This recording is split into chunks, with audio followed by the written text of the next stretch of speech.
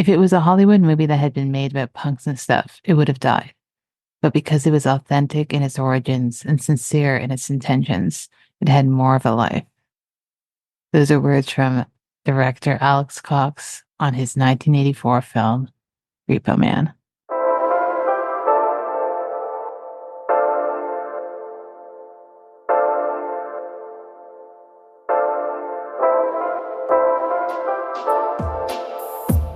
Seeing Faces in Movies is a podcast where each month I focus on the works of a different director or cinematographer, and each week I invite a guest on to discuss a film and the artist's filmography. I'm your host, Felicia, and this is a special features episode, and these monthly bonus episodes are outside of the filmographies of the current director in focus. Special features came about because I want to talk to someone I love about a film either they love or I love, and hopefully we both love. So we're talking Repo Man today. Quick synopsis of the film is: a young punk recruited by a car repo agency finds himself in pursuit of a Chevrolet Malibu with a huge $20,000 bounty and something otherworldly stashed in its trunk. Tagline for the film is, a repo man is always intense, but only a fool gets killed for a car.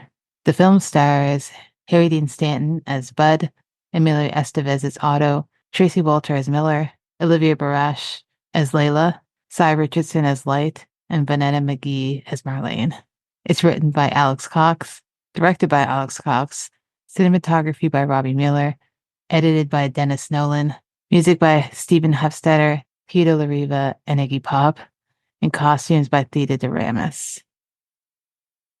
So today my guests are, and I have two guests today, Joey and Chuck. So Joey Gantner has been on the show before. We talked about To Live and Die in LA. He's also from Out of the Podcast. Oh, yeah. Yeah, that too. This is a whole back catalog for you to listen to. Yeah. Who knew? But not going to make him reintroduce himself because I feel like you should go back and listen to that episode. It's also, oddly enough, another Robbie Mueller shot film. So we got 2 for 2 here. So Chuck Forsman, you are an artist, writer as well. Yes. So and podcaster. And podcast. Okay. Yeah. He does belong Well, I'd here. love to hear about it. Well, first, before we get into it, thank you both for coming on. You're welcome. I really appreciate it. Thank you. As I said with Joey, you'll hear more about his stuff on To Live and Die in LA. You will hear from him in a sec. But Chuck, I'd love to hear about how you got into watching films on a more serious, in quotes, level.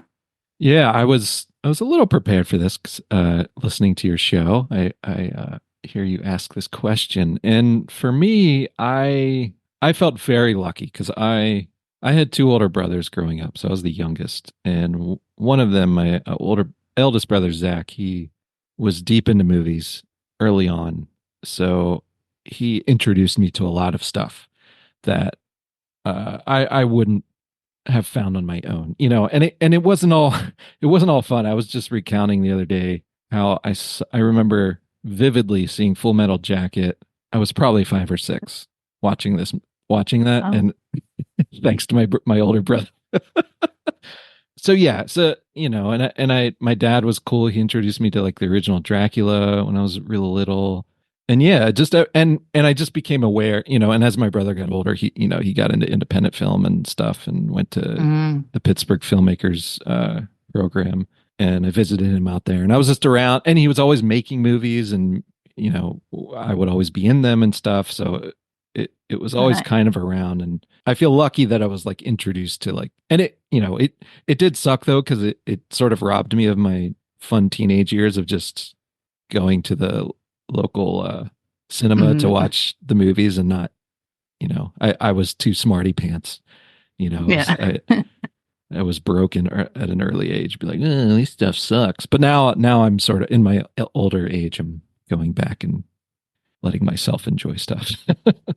Yeah, exactly. Now you can go back and watch the stuff that was new. It's like, oh, this is cool. Yeah. Seeing it for the first time.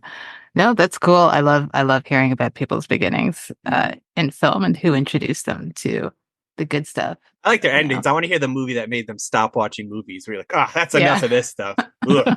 I did just watch Clerks 3. And that'll do close. It. Yeah. Yeah. Oh, well. On purpose, or was it for? Yeah, on purpose. I mean, it's Kevin Smith. It's I grew up loving that stuff. Sure, same. Clerks and Mallrats, and then you know, yeah, that's a whole other episode though. But. Yeah, that's a whole other podcast there. We'll do it in maybe a few years if I ever get around to Kevin Smith theories. But He doesn't have a cinematographer that he worked with other fascinating Who knows? artists, right? I don't know. I'm really unfamiliar with his work, which is weird because I grew up in that era too. Sure. Of his stuff. Yeah. But it just escaped me for some reason. But we're here to talk about Repo Man. Yeah. That's funny you said Clerks 3, though, because I feel like Repo Man is also, I'll bring it full circle. Repo Man is also like a franchise that has been like over sequelized and like should have been left alone, much like original Clerks. Yeah. Yeah. In many ways. Although, you know, there's Clerks, the animated series. That was a fun time, I guess. You know, Is there? Oh, okay. There's an argument. Yeah. Yeah. And this, we're recording hot on the heels of the announcement of the next Repo Man, right? Yeah. Yeah. Oh, yeah. Yeah. The world has already been threatened with more Repo Man. Yeah.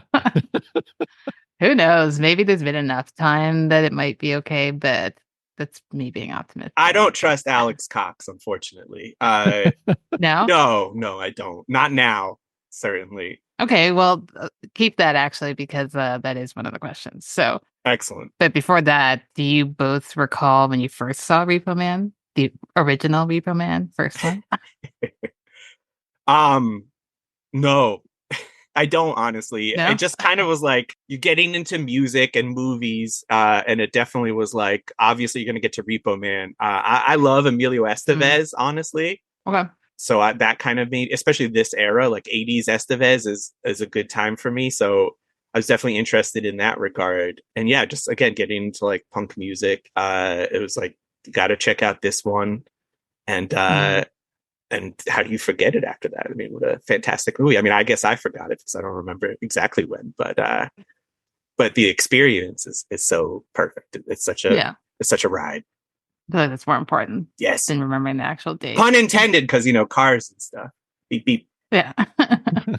Yeah, I'm kind of a similar story. I feel like its reputation preceded it for me. Like I always felt like I was aware of it, especially like Joey said, getting into, you know, getting friends as a teenager who were into punk and stuff. You know, I always knew about it, and it was like this legendary movie, but I don't think I actually sat down to watch it till maybe my 20s.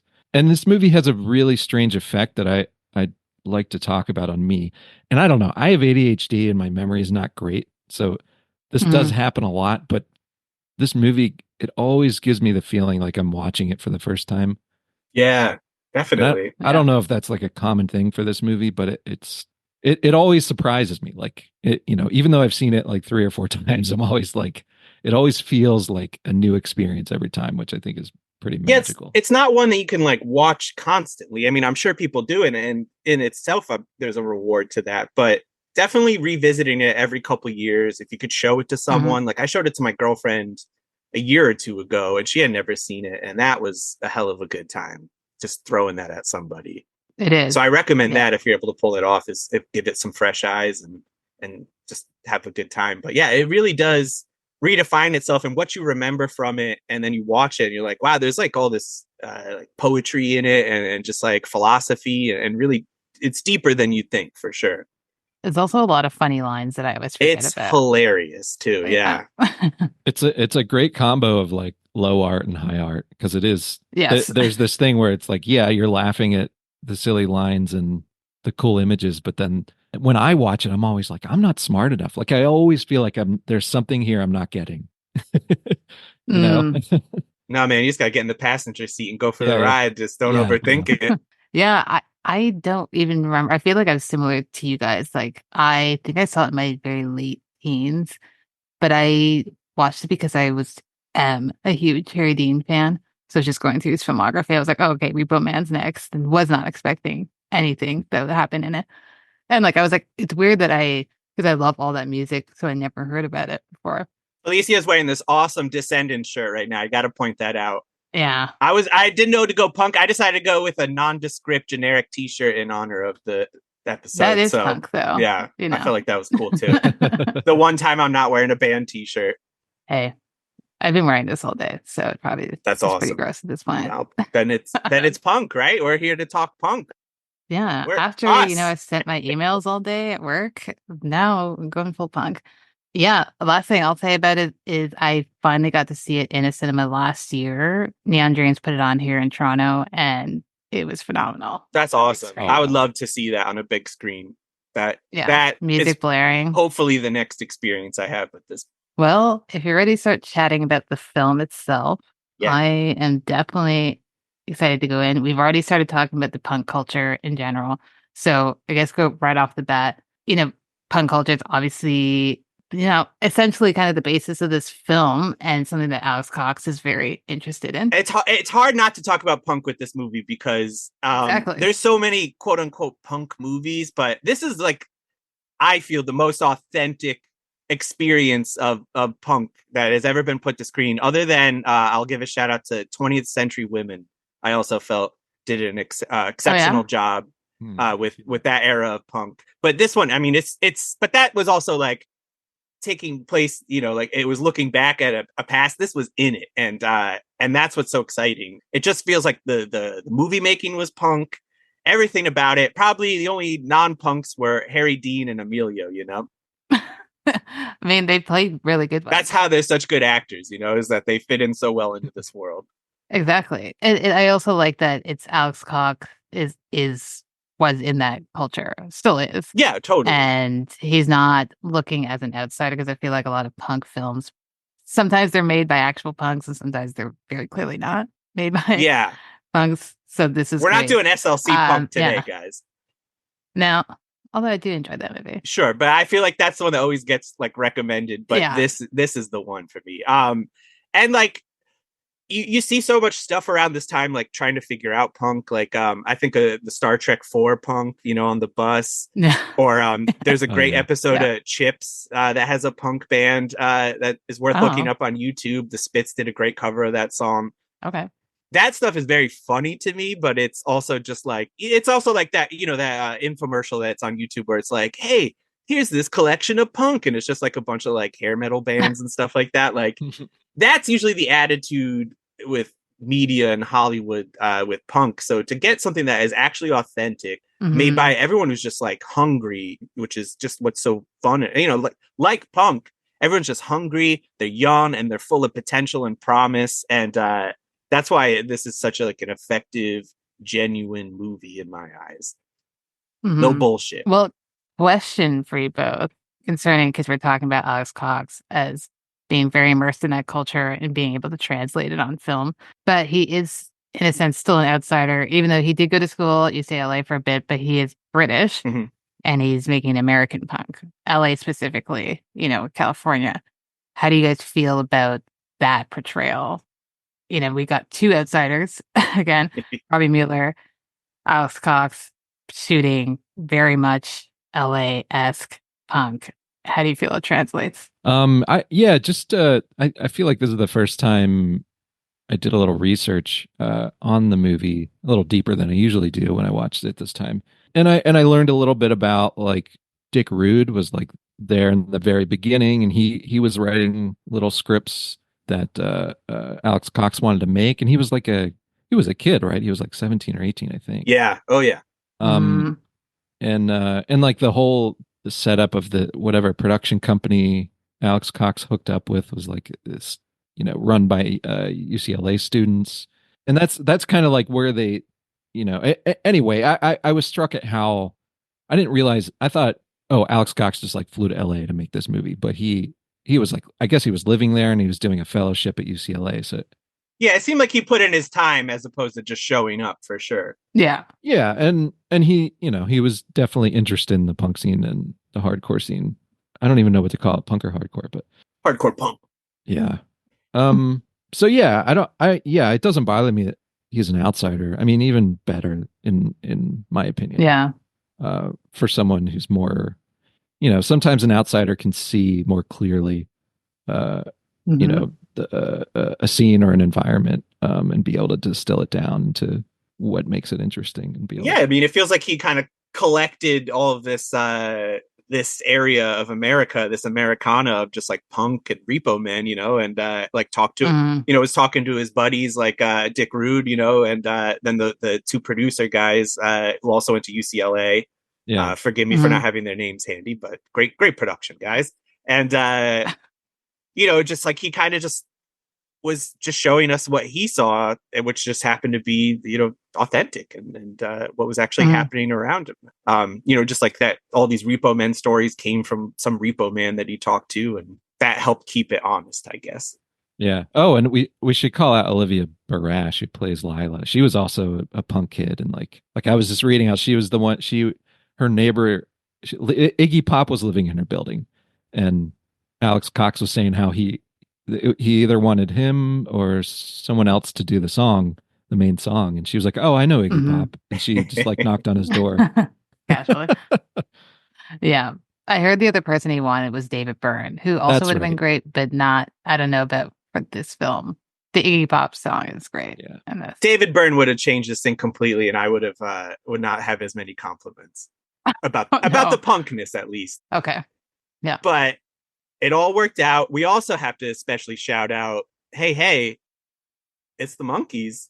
Oh, that's right. Yeah. Michael Nesmith of course. is like responsible for this whole movie being made. So just shout out to him for. I love those bands that were just like, hey, I got all this extra money. Like, why don't we just make movies that like need a little extra help? And he thank God for him. It usually we say that about the Monkees, but for this as well. Yeah, that was a question I had though. If he actually put up money, or he was just able to lend his name to it and get meetings with MCA or Universal, who end up financing it. I think that's a good question. I don't know for sure. It's a good question. The way it was framed, it seemed like he was putting up money, but then none of the finances seemed to be attributed to him. So I don't know. But good work either way. Yeah. Yeah. Really. I mean, they don't do that anymore. Yeah. Bands be like, we don't have any money to give you. So they're like getting this whole movie together, and it seems to all be working out. Everyone wants it to happen, which is exciting. And Dick Rude, who's supposed to star in this thing, it's like a lot of this is his idea and experience as a punk. And then they're like, we need an actor that we can actually like sell this thing. We have Universal involved now. Hey, we don't really care about nepotism yet. Emilio Estevez, let's get this guy. He's new, he's fresh. He'd only done a couple movies at this point. In many ways, an odd choice, because obviously, I doubt he's into punk. He obviously grew up just fine. Like these experiences, I can't imagine he relates to very much. I wonder if he likes this movie. He never shows up in any special features for it. Never seems to talk about it. So I wonder it. I'm sure he would rather talk about Young Guns, and that's fine too. Maybe. I just am like, is he maybe not aware of how well loved it is at this point? Maybe he was a bit embarrassed at first. I also wonder if he just doesn't like Alex Cox, because it seemed like maybe he was tough to work, or just like, artistic people can be tough to collaborate with, I guess is the best way to put it. So yeah. I mean, we'll definitely get into some of that. Yes. But speaking of a little bit of outsiders, I know this is an Alex Cox film, but this is a bonus episode, so free it up a little bit and talk about other people. We've been talking about other cast and crew. Robbie Mueller, who, as everyone who listens to this knows, I'm a huge fan of. He shot this. He is kind of why we're here, because I had to choose between when I did the Robbie Mueller month, I had to choose a movie, and I went to Live and Die in LA because, hey, I come from a film noir podcast. Might as well give the people what they want. But I fucking love Repo Man. And it was like, I'm bummed I couldn't talk about this. And Felicia was kind enough to say, why don't we bonus episode it? Chuck was kind enough to be like, I only do bonus episodes. So that's when I'm coming in. Thanks for having me. And thanks for being here, buddy. So I already forgot where I was going with this. Oh, yeah. Robbie Mueller. So he's why we're here. Not now, but what brought us here. And you got to bring him up. He did such a cool job. He came on because they're like, who is your dream cinematographer? And Alex Cox was a huge fan of his, and Wim Wenders, I believe. So he's like, I would love Robbie Mueller. And they're like, well, good news. He's here killing time. He's about to shoot Paris, Texas with Harry Dean Stanton. I wonder afterwards if they're like, hey, boy, that Repo Man was a fucking experience, huh? Would be fascinated to hear about that. But yeah, so they were able to get him on his off time. So it's just this kismet that all of this stuff is happening, and they were able to get one of the best. And it definitely it elevates this movie because it would have looked so fucking cheap with anyone else, but this guy was able to just really get everyone's money's worth as always, and it's a beautiful looking film, which you necessarily wouldn't think you'd say about a punk film, but that's why this is a great one. It's a lot of it is his vision, and he deserves a lot of credit for this masterpiece. I mean, it's wild that he was like, yeah, I have some. He probably just wanted to relax in LA for a few weeks. That's fine. Yeah. I'll shoot your podcast. Which is so cool of him. I feel like he was always just so chill. He's like, yeah, why not? And like, as you said, he elevates it. I know Universal had issues with it at first with the way he was shooting it because they were like, why does it look this way? And Alex Cox was like, just let him do his thing. Yeah. He didn't even talk to him ever about things. He's like, I don't care. No, you can obviously trust this guy. Yeah, this professional. And like, meanwhile, I'm a first-time director. Like, good for him for knowing his... I read a great quote from Cox, who's like, I think one of the producers asked him, like, why aren't you telling him how to set these shots up and stuff? And he was like, it's Robbie Mueller. I'm not going to... Yeah. When you have a great artist, you just let them do their thing, Absolutely. Truly. For the better. Yeah. You could only imagine, having your first film and being shot by Robbie Mueller. I would retire after that. That's why I still haven't made my first movie. I'm still waiting on him. Come back from the I don't know why he's not answering my calls. Well, you know what I do want to talk about is, we're talking about how this is a punk movie, but it's blending several genres. I feel like a lot of people don't realize it's also like a sci-fi story going on here in this film. It's also kind of a buddy movie. Mm-hmm. It's a thriller at times, and it's also a comedy. There's a lot of genres blending here that doesn't always work, but it works. That's kind of like this episode of the podcast. That too. But like to be able to, especially with sci-fi, just kind of throwing that element in, and it often fails. It works perfectly here. Wondering your thoughts on the genre blending. It's just the right amount of sci-fi. They take that glowing baton and they run with it. It's awesome. I love the punk angle of it, but it is the sci-fi element too that's just like why this is so good. Mm-hmm. Yeah, I think I think of it more as a sci-fi movie than a punk movie. Fair enough. Yeah. In my head. And I also like that it was really taking it took its sci-fi elements from like the tabloid, the checkout tabloids of the day, and it really seemed like UFOs and all that stuff. It really seemed like Cox was really like tuned into that stuff, and that might give some hints as to like some of Alex Cox's beliefs now. Absolutely. I mean, we really got to put into full context too of like this is right when the Reagan administration was in full effect, about to begin the second term. All this the terrified nuclear impending doom that was hanging over everyone that really informed so much of this. And also I got a shout out, just being the film noir guy, Kiss Me Deadly, the ending of Kiss Me Deadly, spoilers, seem to be a big influence on this as well. It's hard not to think that they go well together. I love how, I love the threat of nuclear apocalypse, but distilling it down to a glowing trunk in a Malibu driving around. Absolutely. I just love that. It works so well, and it doesn't, it brings the scale down so much, and it doesn't seem impossible for this movie. It's really smart. No, it's such a good B story that just like eventually intersects with the A, and you're like, how could this go together? But it works masterfully. Yeah. In like 90 minutes too. Yeah. Like it's tight. This was my first time watching it and realizing that Jimmy Buffett was in this movie. Yeah, I just saw that. Yeah. I know it's Buffett. I wanted to say Buffet this time. I was like, hey, listen. Where is he though? Like I've always read his name was there, and I was like, I don't see him. He's one of the FBI agents, one of the blonde guys. It's specifically when they're burning the original guy, the guy who had the car, when they're burning his body on the bench. He's in that scene, I think. Yeah. Oh, okay. Which is cool. Well, yeah. There you go. The original punk. Why not? And apparently Tom Cruise also visited the set, but they didn't get him in here. You could feel it. Yeah. They also did, more trivia, but they also did want to get Muhammad Ali in it because he was training around the corner, and they were like, "Hey, let's just go ask." And at that Gold's point, Gym shout out. Yeah, and he was like, "Yeah, unless you have millions of dollars, I cannot do this legally."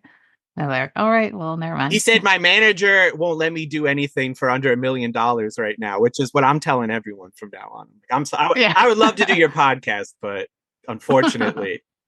After this podcast, that's going in. You're not getting paid $1 million for this one, buddy? No. Oh, awkward. I'll take you out to dinner. I'll make up for it. I do want to talk about, because I do want to get back to the music later, but before that, I know the set design and the props and costuming, it's great. Everyone's outfits doesn't look like they were dressed to be punks. It looks like these people just showed up to set in their clothing. I am quite sure they did. You can smell it. Labeling on all the stuff, just beer or Cheerios and so on, and that generic white and blue. It's iconic. It's great. Yeah. And it's one of my favorite things that pops up every time I watch this movie. I'm like, yes. Oh, yeah. I'd love to just drink a generic beer.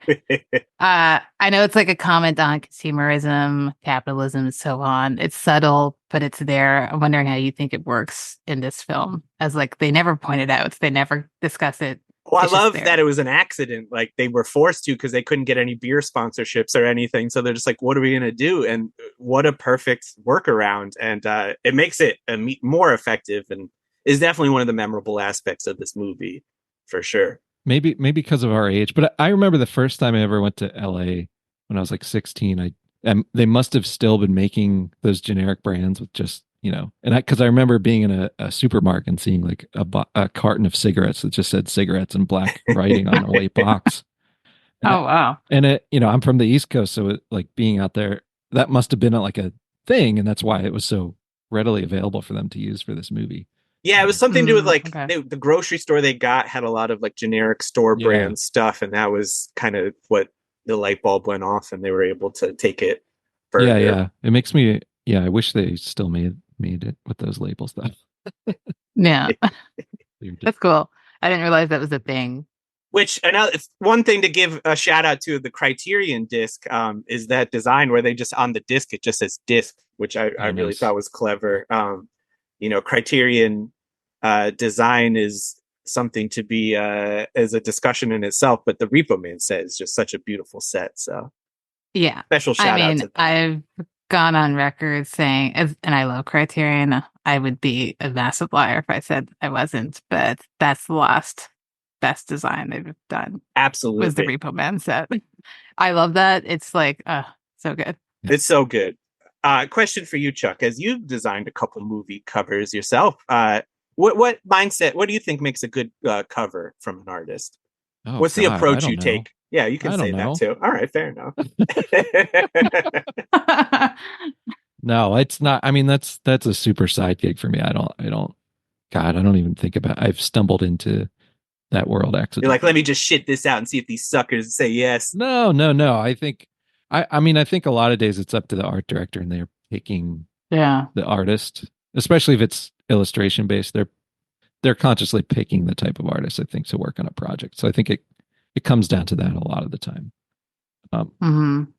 Which ones have you done? Oh yeah. Promote. The first one I did this movie called Effects for AGFA. It was made by like George Romero's crew in like the early 80s. Nice. What else did I do? I did Joey, what else did I do? Hey, I just ask the questions. I don't give answers. I did for Vinegar Syndrome. I did some recent like slip covers for like Tammy and the T-Rex and Blood Beat. Oh, and I did a Russ Meyer film recently for them. Oh, nice. Yeah, it's mainly all Vinegar Syndrome or their labels they distribute. Well, they've worked on. For the listeners, there is a Vinegar Syndrome shop in Toronto now. Oh, that's right. Oh, yeah. That we have. So it's open. Connecticut is no longer special, so my home state has to. We have it. Yeah. Well, at least we can share it with you. Yeah. I don't know why there's one in Toronto, but it's there. It's great. It's great. Across from one of the good rep cinemas in Toronto. So. But while we're talking about art real quick, there's some very interesting Alex Cox like comics in here that he used to try to sell this movie.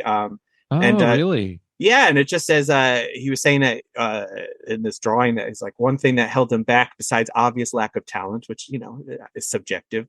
But he shouts out Wally Wood, Will Elder, Steve Ditko, R. Crumb with no B, Spain Rodriguez, and some others that I don't recognize. But I was just surprised to hear of his artistic influence. Wow, that's amazing. Because I don't have that set. Now I really want that set because I didn't know it had that set. Yeah. But I did come across this flyer for the casting. Is that in that set too? Yes, I do believe that it is. Yeah. So is that Alex Cox that did this cartoon? Yeah.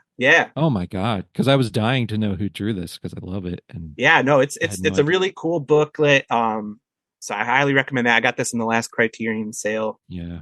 Okay, now I have to buy it. Okay. Sorry. You did? I didn't even realize they were still selling it. Oh, yeah. Reason, I think it might have been out of print for a little bit, but yeah, even when I say it was the last like best one, I mean like the actual set is the best. Yeah. Because they don't really put that much work in giving you extra material, physical material. No, they didn't give you a booklet anymore, but this is like, a nice like glued like zine, like book. I don't know. It's really, really cool. It came out in 2013, the original. I had the DVD, but I sold it at one point. I think that was out of print for a second, but then when they did a Blu-ray, it all came back. Okay. Definitely worth the money. I do have a comment about this movie that kind of jumps off of comic strips, because watching it this time, I really was struck how gag-based this movie is, and it almost feels like you're reading a collection of newspaper strips. Yeah, definitely. It's telling one story, but it feels very much like each scene is like a setup and a gag. A lot of vignettes almost. Yeah. Mm-hmm. And I was really struck by that, and I it's very pleasing for me to watch something. Yeah, absolutely. It's such a good structure. I mean, that's why this movie is so good. It's just like it shouldn't work on any level, even like in the script, but it's just so well done and put together that it just manages to sing. Yeah, it's weird because like how silly it gets, it never feels like corny. No, it always treats it seriously, like the satire is more on like society more than like the story they're trying to tell, which is cool. But he's also making fun of punks too. So he's doing it as equally, you should, and I love that because like there's some lines where like one of the characters is like, "Let's go get sushi and not pay." Yeah, It's so funny. Just so stupid things are like settling down now, and like let's have some kids. And she's like, "Why?" Yeah, all those scenes with the actual punks are like so good. Or like, she's like at the very end too. She's like, "What about our relationships?" Like, fuck that. Yeah. It's like that's amazing. Yeah, what a dream. I love that. Well, actually, as we're already speaking about that, I want to talk about casting. Yeah. We've already kind of touched upon it a little bit. The casting process for this, besides the big stars, the casting process was interesting reading about that it was kind of done in their little studio. It was basically kind of like a dingy garage. And a lot of people's agents were being like, you should not do this or go there. And they're like, no, it's fine. But like with the Harry Dean character, they wanted Dennis Hopper. Finally found Dennis Hopper, and he was popping pills. He had women on his arms, and they were like, this seems like it will cause issues. You could just say they found Dennis Hopper. They just found Dennis Hopper. And they're like, you know what? Maybe not. So what's the next best thing? Yeah, Harry Dean. Harry Dean, and hey, it works. But I love how they found him. They're like, they found out that he eats at this restaurant every Thursday. He goes gets burgers and beers, and they were like, and he was there, and they gave him the script, and he's like, yeah, why not? Let's do it. Like, I love. Thanks for talking to me. Older films, yeah.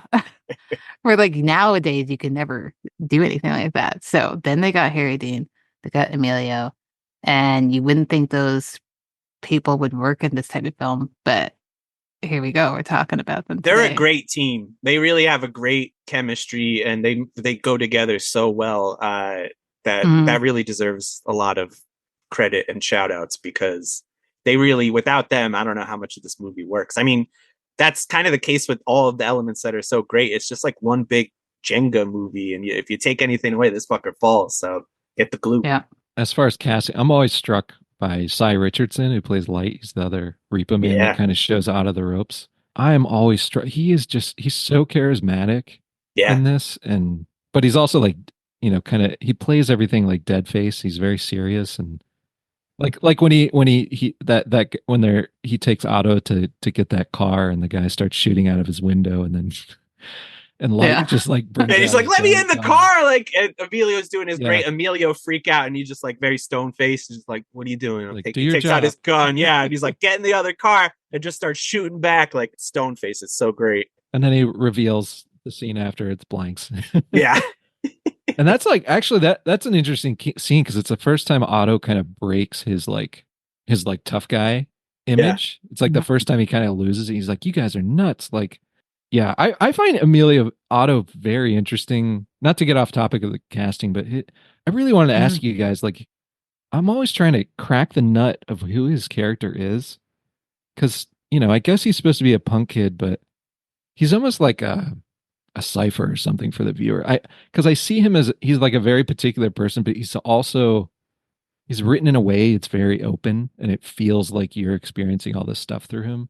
He's almost like an every person. I also feel like he's probably not going to be into punk forever, like he's just kind of like, this is what's working for me now, because he's just trying to figure out, like anyone at that age, like what to do with life and what it all means and where it's going. Yeah. And I do like that they don't give you like they give you breadcrumbs on his character, and there's two details that I always latch onto. One is him when he first finds out that he's in the presence of Repo Man, and he's like, oh, fuck you guys, this to me that's like, that kind of speaks to his like maybe what class he's in. He's like, oh, these people just they just steal from poor people, whatever. And then the other part is when he's at the punk party, ready to have sex, and he says, wait, I gotta fold up my jeans. And and that part, I'm always like, was Otto, like, was he in military school or something? Like, is that something like military kids do? Like, he's got the haircut kind of. It's such an odd detail that it felt like he was in some sort of regimented situation at some point in his life. He might have been in juvie. Yeah. For a bit. Yeah, maybe. Because I know his friend was. It kind of speaks to just like what a coward he is. Like, oh, I gotta fold my pants instead of just like making love to this woman. And then when he like goes to get a beer and comes back and he's already getting cheated on, it's just like, maybe if you didn't fold your pants, everything would be okay, Hey, he's neat and tidy. Why not? Tidy whitey. Yeah. I also like with the scenes with his parents, where they're just like, they're just like so just like glued to the TV, and they're just like, we gave all your money away, and to an evangelist church. Yeah, that's like the punkest thing in this movie to me are his parents, because they're just they're hippie burnouts, but they're making that transition through Reagan's America into being sucked into the religious right, giving all their money away. I love the way that scene is shot too. Yeah, and just like the TV rays coming out, and like that we just never. That's the extent of what you know about his family life, and you don't need to know more. That's just like, because at some point you'd be wondering, where does he live? Where does he sleep? Sure. Exactly. Yeah. So no, that's all. Now we know. Okay, now we don't need to go back there, and we don't. So I think that's great. But I think the performances from everyone are just the right amount of elevated and heightened without being super over the top. That's right. Hey, speaking of casting, shout out to Tracy Walter, huh? That's the guy who's in, first of all, has the greatest filmography Miller, of all time. Miller.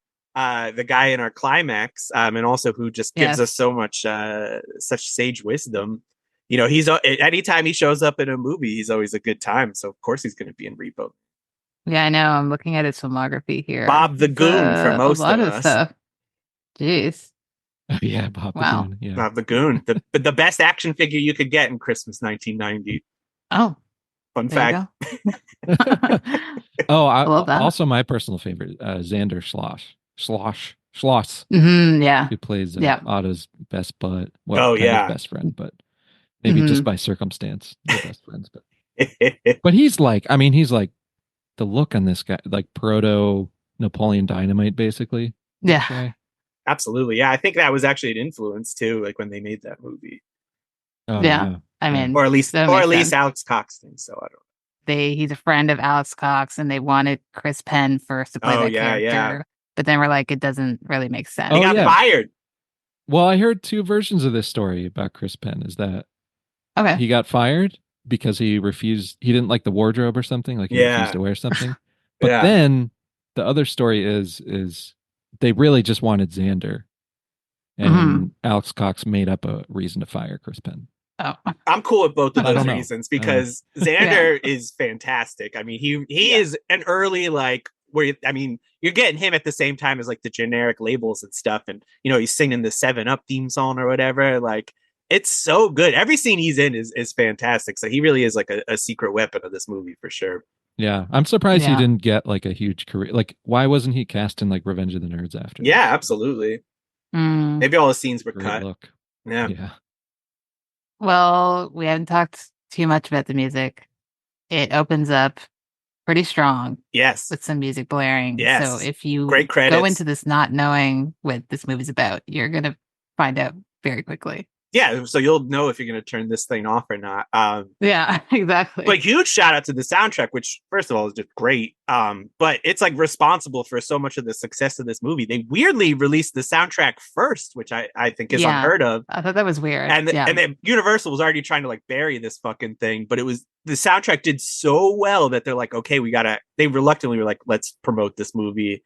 And then of course it became such a hit. So shout out to the soundtrack. I also want to say, speaking of the Criterion and music, they talked to Iggy Pop in a special feature. He has it mostly is wearing a shirt the entire time, but it does come off in a post-credit scene. So don't worry, you get that nice wrinkled whatever. Hey, that's what we're here for. Yes, that's right. I'm gonna bust off my shirt and show you the same thing pretty soon here. Do either of you have the soundtrack? Oh, do I? Do I you have a tape? I don't have the tape, unfortunately. It's a popular tape, so I'm kind of just waiting to find it naturally instead of going for the That's what I'm hoping too. Yeah. Yeah, it's definitely on my list of like if I actually find one in the wild, I'll probably. Exactly. But I have a lot of like bands on its tape, so I could DJ you I don't know if something. that counts, but I guess. But I know. Fair enough. You make your own mixtape. That's right. Label it, Repo Man soundtrack. I cut you off, Heck. I was just gonna. Yeah, there was an anecdote about MCA setting up a record label for this release because they thought it was just a throwaway thing. So they set up the like San Andreas Records, and this is the only release that this label has ever put out because it was just like, I guess they just wanted to corn it off. So it's like, yeah, apparently they called it that because they expected it to be such a failure. Yeah, I thought that was interesting. Well, it's funny. Yeah, jokes on them. Yeah. I'm laughing. Yeah, it's wild when like soundtracks are big or bigger or just as big as the film, and the fact that this was released before the movie came out is a choice, but obviously a good choice. Yeah, the right choice. So. Yeah, I mean, I could go either way on movie soundtracks, but this is definitely the argument for why they're great and should be released. I mean, I definitely used to buy a lot of soundtracks back in like 2000s, late 90s, but I couldn't tell you of a single soundtrack of late that I would know. I was going to make a reference, but I think it's something we were talking about before we were recording, so never mind. Oh. Who do you guys? I should know this. Because there's a score in this, right? It's just like that twangy guitar, right? Who's doing that? I always wondered who's doing that. That's a good question. Yeah. Well, I'm gonna butcher the last name here. It's Stephen Hofstetter and Tito LaRiva. Oh, okay. Are who did the music. Good job. Oh, okay. Well, I know Tito. He's in the Plugz, which has a song on there. Okay. Oh, okay. And that makes sense. Yeah, yeah. After I watched this, I've been playing the Plugz first album all day. They're like I never listened to them until like last year. They're like a recent, not discovery, but like I never listened to them. Oh my god, I mean, fantastic, incredible. Yeah. Well, that's for the audience. Now you know what album to listen to after this. Cue it up after on Spotify. Absolutely. I mean, just follow all of this. I mean, the Iggy Pop song, good. It's not. I mean, there's better Iggy Pop, but it's great for this. It's good for it's kind of funny because it just sounds like he just like read the script or something or watched the movie and just it's like a classic. Just like you're paying me mic for this. Yeah, like I'll figure this out. Like, but it just works. Like but. It's cool. Strangely, Emilio Estevez's TV party is not. His cover isn't on the soundtrack, unfortunately. No, they should have put that in between like tracks. Like, exactly. Or even have it be the intro to it on the soundtrack. But still good. Are there parts that I haven't covered that you want to chat about the film? It has the best ending of all time, which is great because it was such an accidental ending. Like they wanted to end it with the trunk opening and then like a nuke would go off and Mushroom Cloud LA, which is a great ending. Like that would still be good. but just what they were forced to with this car, and it's glowing, and they're just going through for a ride, and it lifts up and just flies through Los Angeles with this great music, and you feel the magic, and you're like, this was a hell of a ride. What a perfect way to end this. It's one of the greatest endings of all time, and I love that it was just completely accidental. Yeah, it's wild because for the longest time, when I first started first couple watches, I always thought it ended with just the car racing and then end credits, and I've completely forgot about the racing through LA. Yeah. And like the, overlaid face, Otto's face. I was like, oh, okay. That's I'm going Vertigo here. That might be the funniest shot in the movie is the upshot on the car window and Otto looking out, and it's just because the effects are so ridiculous, and he's just like, oh, goofy looking. Oh, it's great. Yeah, I do love the ending because I would love to see.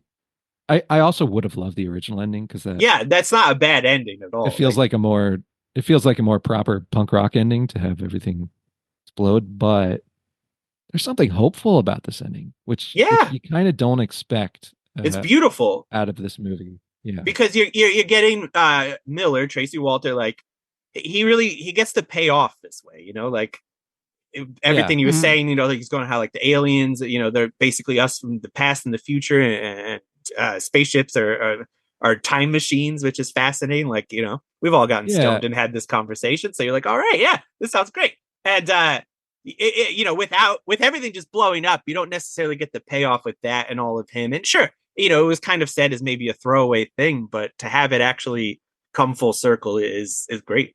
Yeah. Yeah. I like how it kind of redeems Miller and Lila too. Yeah. But they weren't just Looney Tunes. Like they were onto something. It's kind of pleasing. Absolutely. Yeah, no, I mean, and like you're saying, like it's very hopeful, as opposed to like a nihilistic, nuke ending. Yeah. Which maybe you'd walk out of that film and be like, oh, I gotta make some changes. But this is great and memorable. I don't know if it would have been as memorable for people, I'm sure maybe the punk community, but if it ended on a downer note, people don't like downers most of the time, I do, but that's all right. Yeah, some of us do, but not most of us. I do want to give a shout out because you guys have been talking about, changes that they've had to adapt to. One of the changes was, because they didn't mention the woman with the hand. The metal looks like hand. A glove. Yeah. But they wanted it to be a full mechanical arm, but they were like, we did not have the budget for that. Still cool, so though. They improvised. Yeah. That's great. I'm glad you brought that up because I was wondering about that. Because it is like the one thing where I think it's almost too, like, it's cool. It's cool that they did it, but it's also like, it sucks they didn't have a little bit of money and they could have just like built a robot hand. It didn't necessarily get to pay off like it should have, but it's still just one of those like weird things where you're like, oh, there's just this robot hand there. Okay. There's a lot of good, cool, I feel like the costuming is great in this, even just like the guy, I feel like his character's name is Asimov, but the guy who's driving around in the car at the beginning, just like the one shade in the lens. Yeah. It's great. It's like a Halloween costume. Seemed to be. Yeah, and I love how he's driving around like that and like never gets pulled over. He's like the worst driver on the planet. Well, except for that one cop who leaves some boots behind, right? Oh, that's right. He did get pulled over. Yeah. Right off the bat, actually. Yeah. Oh, there actually is one more thing I wanted to bring up. The shooting of LA and the environments they shot in. I'm always struck at how desolate LA feels in this movie. Yeah. And I think part of it is just them picking probably places they didn't have to shut down to film, like downtown LA. I think downtown LA was really like that. It was just like nobody went there. Yeah. Oh yeah. And also you got to think like that's how, like LA punk scene, they were definitely in like, where in these like crevices where no one really was. So, I mean, I'm sure it was easy for them to just go to these spots that were authentic and to bring it back to Live and Die in LA. It's like it almost feels very similar, like location wise. Yeah. So Robbie Mueller might've been like, hey, I'm ready to go. So yeah, it's like, I've already been here. They drove in that, what's that spot that everyone drives in, Yeah. What do they call the reservoir? Yeah. Like that. Oh, the LA River. Yeah. That's in both movies as well. So, he knew how to shoot that. It also all the emptiness for me, I think bringing up the sci-fi too, it it always conjures up post-apocalyptic setting, even though it, that hasn't happened. The feeling of this movie, I'm always in my head, I'm always like, yeah, a bomb went off, right? Like before this movie. Yeah. A Reagan but bomb. Then when I watch it, I realize that, oh, no. Like it's still like, present day Earth or whatever. But it just, I don't know. They got a really great feeling out of LA that's pretty singular to this movie, I think. Yeah, it's maybe the greatest accident that has ever been committed to film. Like the fact that this thing just came together like it did, with compromises, but fantastic compromises that strengthened the movie. That's crazy, and it's a testament to how good this is and why it has lasted so long in the hearts and minds of moviegoers and music fans alike. I mean, it seems to like the love for it be only growing over the years, not diminishing. And we just got, before we started, press record, there was a oral history of the film released recently. Yeah, like yesterday. Show notes for people. Yeah. Yeah. So it'll be in the show notes. When you hear this, it's been out for a minute. Yeah, I had that just randomly algorithm suggested to me, probably because they knew this was coming. Me too. And I woke up and my phone was like, yeah, it was like right there today. And I was planning on doing no research for this. I'm a guest. That's not my job. That's the host's job. So I'm just coming in to be me and have a laugh. But then I went down a rabbit hole, and here we are. I have things to say. Whoops. There you go. I mean, I did ask them to hold off and be like, release it the day before. And of course, they classic, hit publish way too soon. What I should ask you guys, what do you guys think of this this mock-up poster for Waldo's Hawaii Holiday? Yeah. That was interesting. I did see that. I was like, wow. Harry Dean looks exactly the same. That's right. But everyone else, quite different. Harry Dean. So we should also talk about this. Him and Alex Cox definitely towards the end were ready to part ways. Yeah, Alex Cox rewrote his parts at the end just to get rid of them early, and gave away a lot of his lines. I think to Miller. And yeah, you watch the special features with Harry Dean, which is this crazy interview with this guy who just should have smoked weed before talking to Harry Dean Stanton, because he just wants to talk about, how everything's predestined and, everything's already been written. And this guy's just like asking him questions about Repo Man. He's like, nah, man, life's a movie. It's already in the can. And it's just like, oh, okay. But by the end of it, he was just like, hey, tell Alex I love him, even though they had trouble, because he was like, he asked them too, like, oh, if you had any directors that you didn't like working with, but the movie came out good. And he instantly was like, yeah, Alex Cox. Like, but he seemed to like Repo Man, which is more than we know about Estevez's opinion of the film. And he seemed like he wanted to put the past behind him. So that's nice.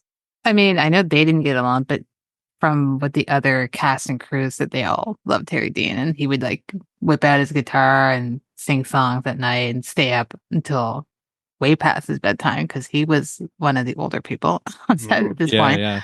So that's cool. Yeah, I loved reading about how they would like stay after they were done filming and just hang out at night.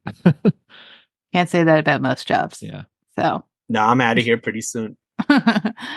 Well, I think we're ready for the last segment of the show, and I'm curious to hear. So this one's interesting because Alex Cox does have a smaller filmography, and a lot of people have only seen Repo Man. So you're welcome to not answer. You could just say Repo Man. But if someone wants to watch Alex Cox films, has never seen anything, including this, what film would you recommend they start with, and why? And I already kind of know what the answer would be, but surprise me if it's not. Well, I just pretty recently I did a run through his first like 4 or 5 movies. Yeah, I mean, I guess the answer is going to be Repo Man, because it's the biggest crowd pleaser. But I'd say a close second for me, is Straight to Hell. I was shocked at how much I love that movie. Same. It's such a weird. It's like, again, it's kind of like a punk western, right? I guess that's how you would, not again, but yeah, it's taking sort of punk and a lot of people from the scene and doing this weird western. That's a close second for me. And I love Walker too, but yeah, Repo Man's probably the best one. Fair enough. Yeah. What about you, Joey? I can't believe I'm being asked this question. Of course, Repo Man, 1,000%. Walker's fine. Sid and Nancy, sure, like they're all fine movies, but nothing gets close to the heights of this film, just because of all these elements that we discussed during this episode. It shouldn't be, but it is, and that's why it's great, and that's why it's you can recommend it. I have great respect for Alex Cox, but ultimately, I think at the end of the day, he's mostly not my cup. He does a lot of good work for the film community, though. 1,000%. I respect the hell out of him. And I was very charmed by him in the special features and everything like that. He seems like a cool guy. I'd like to hang out with him. I just, I can't sanction all of these ideas. You got to rein it in a little bit. That's fair. Yeah. I mean, I have the same answer. It would be Repo Man. But I do like Straight to Hell. I do like Sid and Nancy. Sid and Nancy's great, too. I, for some reason, always forget he did that one. I don't know why, because it's obviously very much a him type of movie, but Repo Man's just in my top 5 favorite films of all time. Yeah, exactly. So it's just beyond it's filmmakers and its stars. It's just one of those special films that just is. And my girlfriend Melissa watched it with me last night. She hadn't seen it probably like 20 years, and at the end of it, as the credits roll, she's like, "Is that my favorite movie now?" I'm loving this as much as I did the first time I saw it. And I was like, wow, yeah. I mean, it's great. It just really has everything you want from a movie. It's different. It's just a fun ride. You're never bored at all during it. You're never falling asleep. It's a good length.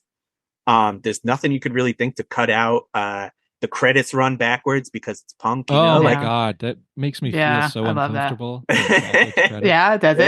Yeah, because it takes me like 5 seconds to. I'm like sitting in my chair. I'm like, there's something wrong. It gives me this unease, like the world's like I'm losing my mind, and then I realize the credits are going backwards. And then apparently there's this like TV cut of this movie, which is included on here in full. That's like supposed to be pretty spectacular, and also helped make it a cult classic. Like it just has weird ways they took out the profanity, like crazy edits that I'm curious to see. I have not gone down that rabbit hole yet, but no, neither have I. Maybe when this episode comes out, I'll leave a comment on the Instagram, and you'll delete it because it's too long and rambling. No, I won't. Well, second and final question of the night is double bill. So what film or films, if you have more than one option, are you going to pair this one if you're making a double bill, either for yourself or a friend? I'll go for it. I came prepared for this one. Nice. Only one movie that I hope I'm not stealing Joey's or yours, but for me, it's Penelope Spheeris's Suburbia. Excellent. From 1983, because it's again like this. It's a filmmaker embedding herself in LA hardcore punk scene. Yeah, and she's more legit than even Alex Cox is as far as punk for sure. Yeah. I would also add that to legit punk movies for sure. Yeah, and you got a lot of real kids in it, and it's a harsher movie. It's a much more of like an exploitation movie, and that's a punk crowd pleaser. But I think these two back to back would be really fun. I love those. Yeah. How about you, Joey? Oh boy, Spotlight, huh? I would go either Miracle Mile. Just kind of has a similar vibe. I don't want to give any spoilers for anyone who hasn't seen it, because I love just shocking people with what that movie's actually about. But really good LA, holy shit, the world is crazy kind of film. Or as I said before, speaking of the similar endings, I would go Kiss Me Deadly. I think weirdly, it'd be a weird night, but if you're like me, you'd be having a good time. So, wow. How about you, host of the show? Well, I'm glad that none of us overlap. Oh, good. So that's great.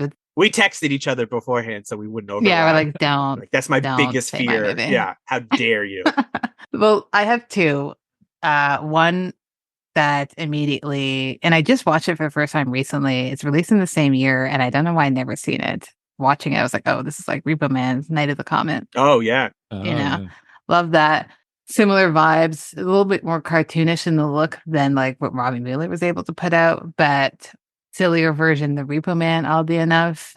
But I love it. It's a good time. And you got two movies from 1984, so you can't go wrong there.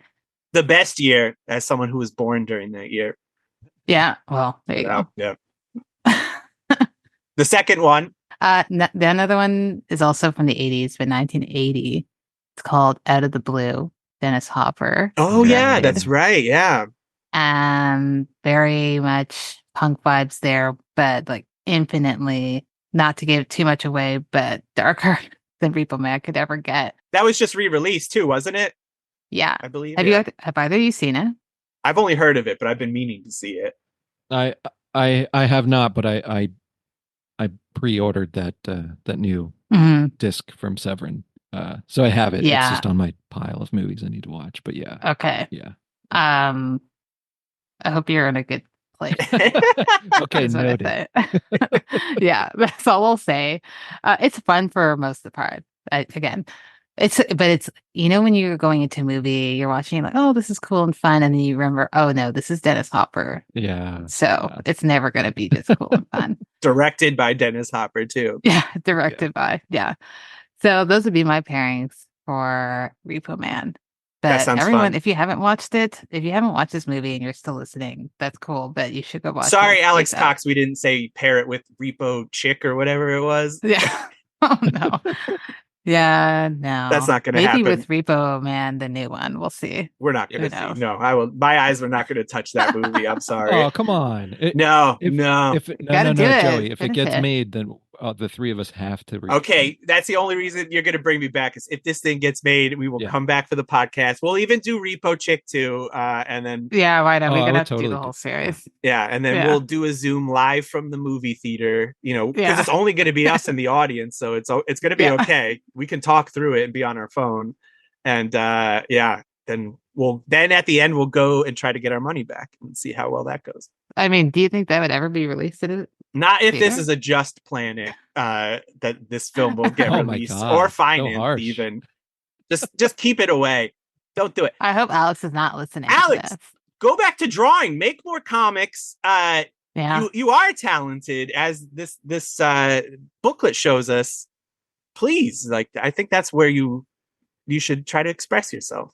Yeah, please make some more. We're begging you, don't make more movies. Just anything else.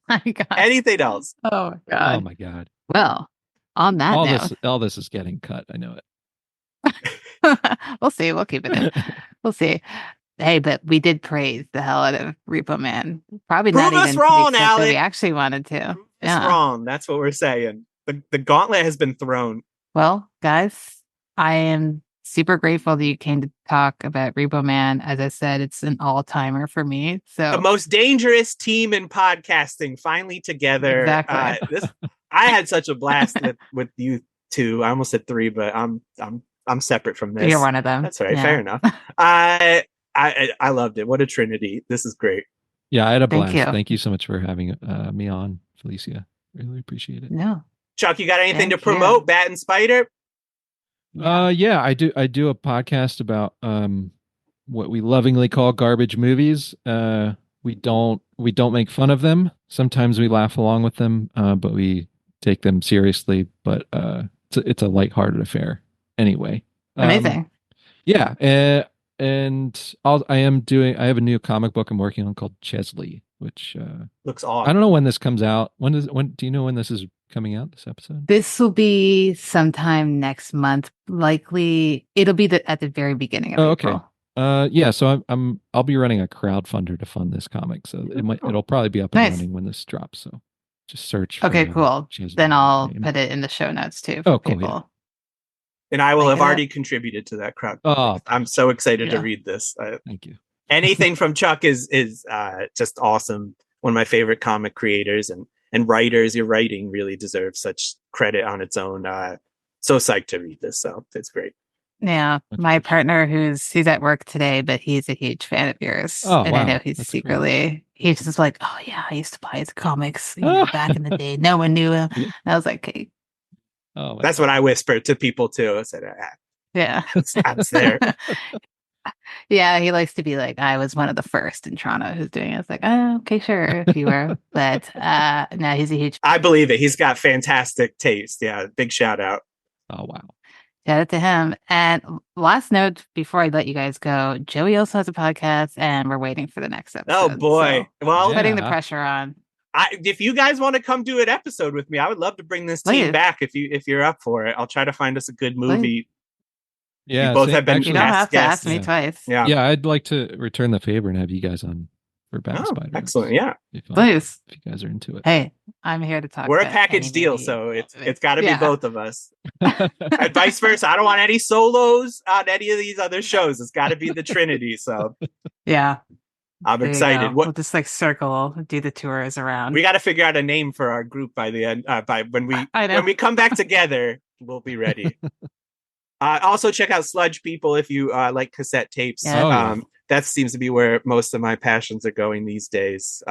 So I know it's a niche and thing. You got your art up there too. Yeah, I mean Chuck's on the show, so I'm not going to pretend to be an artist right now. But yeah, come on, you're an artist. I doodle sometimes, but cassette tapes, that's what this guy's doing. And I'm having a blast with it. If you like music from this movie, you might like some of the stuff I do, because I also enjoy punk. But I also enjoy like Swedish pop and, other stuff. So, there's stuff.